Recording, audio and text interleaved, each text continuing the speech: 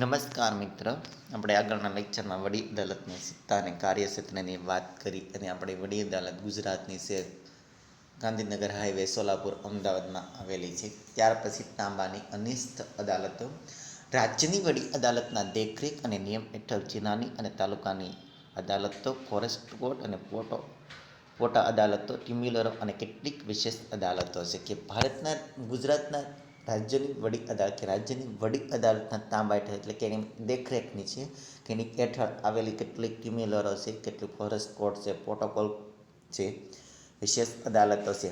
પ્રત્યેક રાજ્યને વહીવટી એકમ જિલ્લામાં વહેંચવામાં આવે છે કે પ્રત્યેક રાજ્યને વહીવટી એકમ જે કાંઈ છે એ જિલ્લા લેવલે વહેંચવામાં આવે છે. જેમાં દાવાની, ફોજદારી અને મહેસૂલી અદાલતનો સમાવેશ થાય કે જેમાં દાવાની, ફોજદારી અને મહેસૂલી અદાલતો જે કાંઈ છે તેમનો સમાવેશ થાય છે. જિલ્લા ન્યાયાધીશ કોઈપણ રાજ્યના જિલ્લા ન્યાયાધીશ તરીકે વ્યક્તિઓની નિમણૂક અને તેમની જગ્યા પર નિયુક્ત અને બઢતી તે રાજ્ય સંબંધના હુકુમત વપરાતી વડી અદાલત સાથે સરસા વિમર્શ કરી જે તે રાજ્યના રાજ્યપાલ દ્વારા કરવામાં આવે છે. કે કોઈપણ જિલ્લાના ન્યાયાધીશ કોઈપણ રાજ્યના જિલ્લાના ન્યાયાધીશની નિમણૂક છે. વ્યક્તિની નિમણૂક તેમની જગ્યા માટે, નિયુક્તિ માટે, બઢતી કે રાજ્ય સંબંધમાં હુકુમત કે રાજ્યના સંબંધમાં હુકુમત તેમની સત્તાની છે આવતી વડી અદાલતના સરસા વિચારણા કરી અને જે તે રાજ્યના રાજ્યપાલ દ્વારા છે એ કરવામાં આવે છે. લાયકાતો જિલ્લા ન્યાયાધીશ તરીકે નિમણૂક પામનાર વ્યક્તિ ભારતની નાગરિક હોવી જોઈએ કે જિલ્લા ન્યાયાધીશ તરીકે નિમણૂક પામેલી વ્યક્તિ છે પ્રથમ તો પહેલાં તે ભારતની નાગરિક હોવી જોઈએ. વધુમાં વધુ ઓછામાં ઓછો 7 વર્ષ સુધી વકીલાત કર્યાનો અનુભવ હોવો જોઈએ કે ઓછામાં ઓછો છે 7 વર્ષ સુધી એને વકીલાત કર્યાનો અનુભવ હોવો જોઈએ કે આવા જ વ્યક્તિ છે જિલ્લા ન્યાયાધીશ તરીકેની નિમણૂક થઈ શકે છે. કેન્દ્ર સરકાર કે રાજ્ય સરકારના ન્યાયતંત્રના અધિકારી તરીકેની સેવા માટે યોગ્યતા ધરાવે છે કે કેન્દ્ર સરકાર કે રાજ્ય સરકારના ન્યાયતંત્રમાં અધિકારી કે ન્યાયતંત્રના અધિકારી તરીકેની સેવા માટે યોગ્યતા કે સેવા કરી શકે એવી યોગ્યતા ધરાવે છે એવું હોય ત્યારે જ એ બની શકે છે. જિલ્લા ન્યાયાધીશ સિવાયની અન્ય ન્યાયાધીશોની નિમણૂક રાજ્યપાલ કે વડી અદાલતના રાજ્ય જાહેર સેવા પંચ સાથે સલાહ મસલત કરી બંધારણે ઘડેલા નિયમોને આધીન રહીને કરવામાં આવે છે. કે જિલ્લા ન્યાયાધીશ સિવાયની અન્ય ન્યાયાધીશોની નિમણૂક કે જિલ્લા ન્યાયાધીશ છે એ સિવાયના અન્ય જે કંઈ ન્યાયાધીશો છે તેમની નિમણૂક વડી અદાલત રાજ્ય જાહેર સેવા પંચ સાથે કે રાજ્ય જાહેર સેવા પંચ છે તેમની સાથે સલાહ મળશે તેમની સાથે સલાહ વિચારણા કરી અને બંધારણે ઘડાયેલા નિયમોને આધીન રહી કે બંધારણ દ્વારા જે કાંઈ નિયમોનું ઘડતર થયેલું છે એવા નિયમોને આધીન રહી ત્યાર પછી રાજ્યપાલ છે જે તે રાજ્યના ન્યાયાધીશની નિમણૂક જે જિલ્લા માટે કરશે. જિલ્લા અદાલતમાં દીવાની દાવા સિવિલ મેટર જે ન્યાયાધીશ ચલાવે તેને જિલ્લા ન્યાયાધીશ તથા ફોજદારી દાવા જે મેજિસ્ટ્રેટ ચલાવે તેઓને સેશન્સ ન્યાયાધીશ કહેવામાં આવે છે. કે જિલ્લા અદાલતમાં ફોજદારી અને દીવાની આવા 2 પ્રકારના દાવા કે 2 પ્રકારના મુકાદમો ચલાવવામાં આવે છે કે જે દીવાની દાવા ચલાવે એને જિલ્લા ન્યાયાધીશ તરીકે અને ફોજદારી દાવા ચલાવે અને મેજિસ્ટ્રેટ ચલાવે છે સેશન્સ ન્યાયાધીશ તરીકે ઓળખવામાં આવે છે. જિલ્લા અદાલતો તેના તાંબા હેઠળની અદાલતના ચુકાદાઓ સામેની અરજીઓની સુનાવણી કરે છે કે જિલ્લા અદાલત તેના તાંબા હેઠળ એટલે કે તાલુકા કક્ષાએ જે કઈ મુકાદમો છે કઈ વહીવટ આવેલો છે કે એમને અરજીઓ જે કાંઈ છે એની સુનાવણી કેનું સોલ્યુશન કરવાની સત્તા છે જિલ્લા અદાલત પાસે છે. પ્રત્યેક જિલ્લાની દીવાની અદાલતમાં 1 લાખ રૂપિયા સુધીના દાવો સરકાર કરેલા કે સરકાર સામે કેસો ચલાવવાની સત્તા છે. કે પ્રત્યેક જિલ્લાની દીવાની અદાલતમાં કે દીવાની અદાલત એટલે કે જે મિલકતને લગતા પ્રશ્ન છે કે જમીન છે, પૈસા છે, આવી જે કાંઈ બાબત છે એ દીવાની કેસ કહેવામાં આવે છે.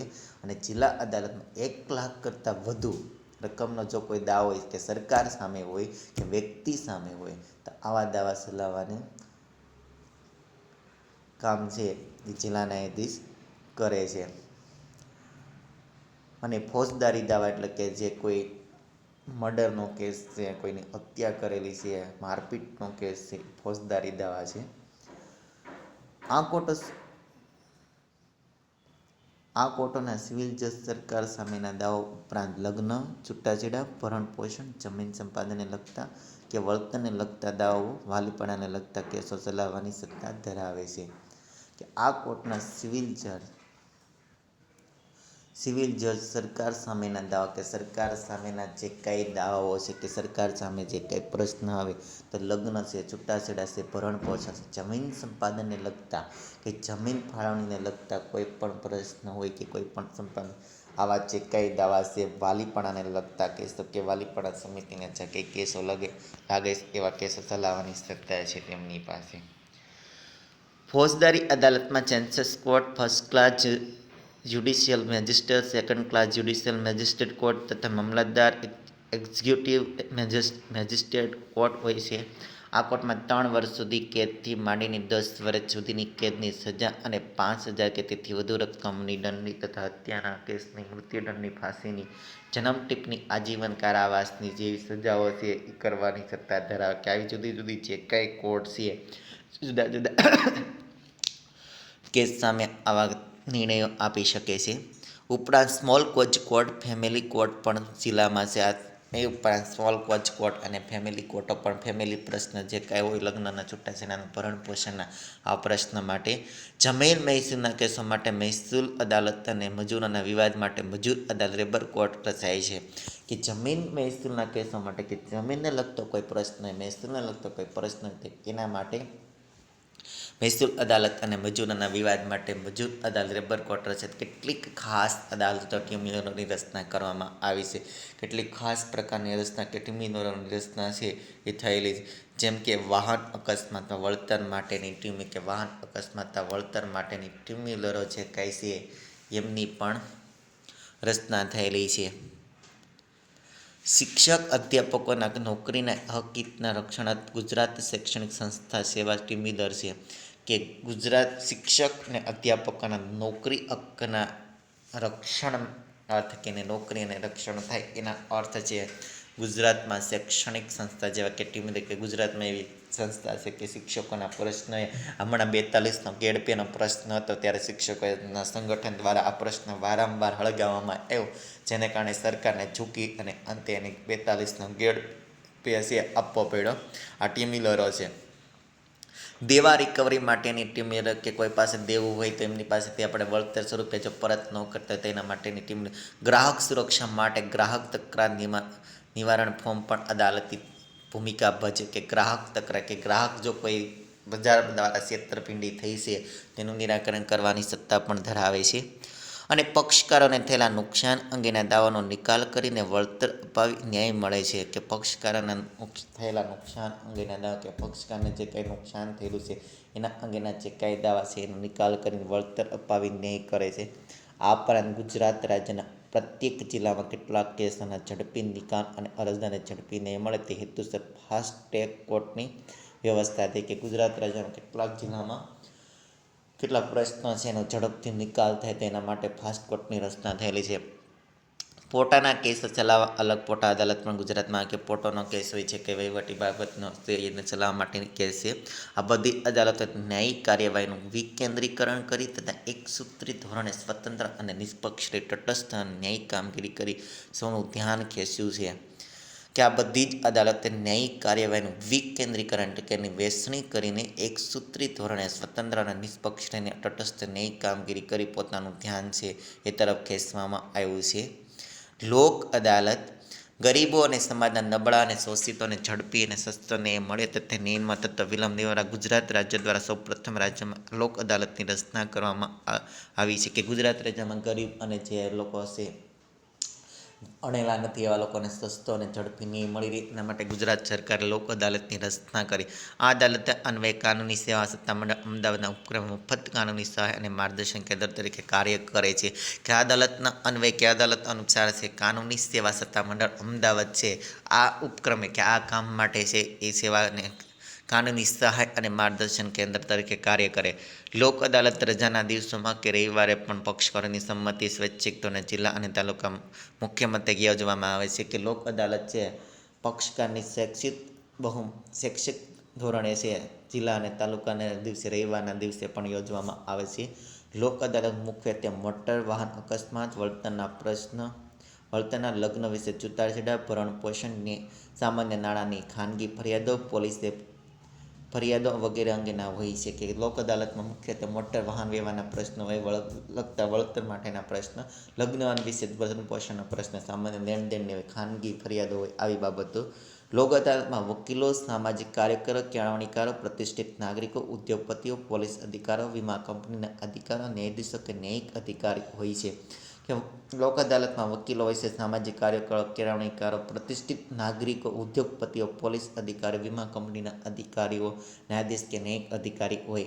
અહીં બંને પક્ષકારો વચ્ચે તેમને સંતોષ થાય એ રીતે કાયમી શાંતિ સુલેહ માટે સમાધાન થાય છે. અહીં બંને પક્ષકારો વચ્ચે કાયમને માટે સંતોષ થાય એ રીતે શાંતિ અને સુલેહ માટે સમાધાન થાય છે. જેમાં કોઈની પણ હાર કે જીત હોતી નથી. એમાં કોઈ વ્યક્તિની હાર કે જીત થઈ એવું કહી શકે નહીં. બંને વચ્ચે સમાધાનથી કોમ્પ્રોમાઇઝ થયેલું છે. લોક અદાલતમાં નાણાંનો સમયનો બચાવ થાય. કે લોક અદાલતમાં નાણું અને સમયનો બંનેનો બચાવ થાય છે. વર્ષના અટવાયેલા કે વિલંબમાં પડેલા ઘણા બધા એવા કેસો છે એનો ઝડપી નિકાલ થાય. કે વર્ષોથી અટવાયેલા છે, વિલંબમાં પડેલા એવા જે કાંઈ કેસ આવે છે એનો ઝડપથી નિકાલ કરવામાં આવે છે.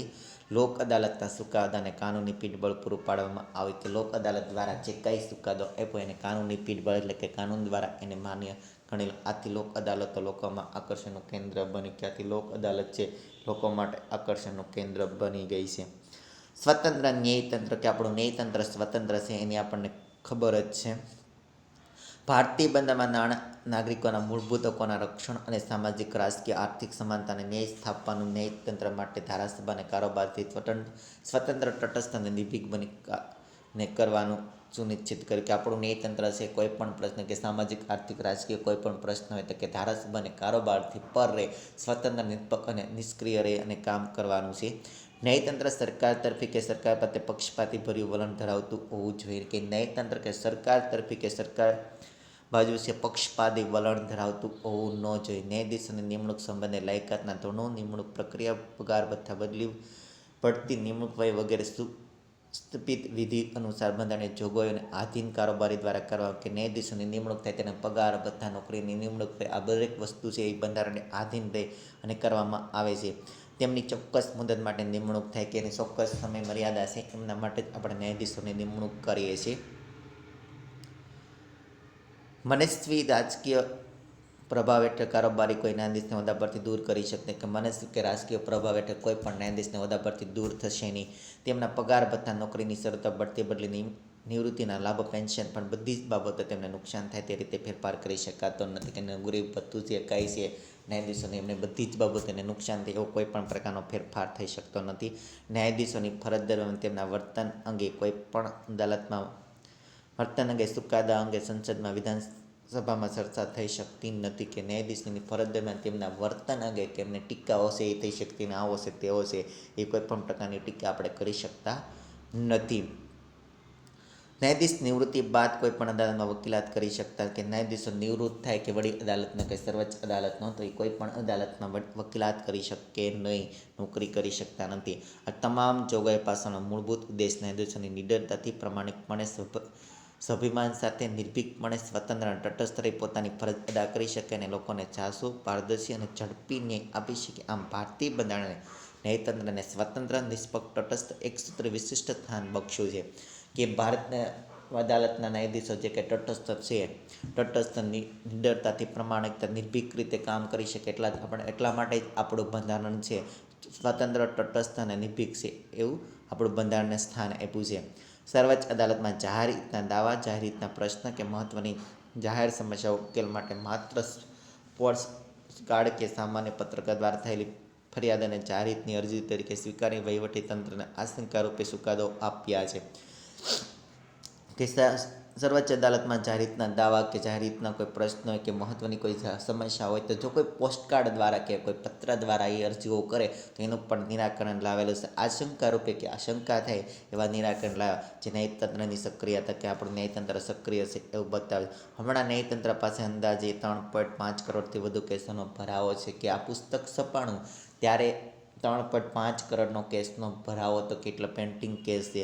અપૂરતી કોર્ટો અને ન્યાયાધીશ અને સ્ટાફની અપૂરતાના પ્રમાણમાં થયેલ નિમણૂક થકી ન્યાયમાં થતા અસહ્ય વિલંબને અટકાવવા તથા અંદાજે 1,500થી વધુ જૂના અને અપ્રસ્તુત કાયદાઓને બદલવાની તૈયારી વર્તમાન કેન્દ્ર સરકાર કરી છે. ક્યાં અપૂરતા કોર્ટ છે, ન્યાયાધીશો સ્ટાફની સંખ્યામાં ઘટાડો છે, આ અસહ્ય જે વિલંબ થાય છે ઘણો બધો ન્યાય આપવા. ઘણીવાર એવું બને કોઈ વ્યક્તિએ ગુનો કર્યો હોય અને એ વ્યક્તિ ગુજરી જાય ત્યાર પછી એને ચુકાદો મળે, આવું પણ બની શકે. એના માટે આ બધું ન થાય, એના માટે ઝડપી નિકાલ થાય, એના માટે કેન્દ્ર સરકાર છે એ પ્રયત્ન કરી રહી છે.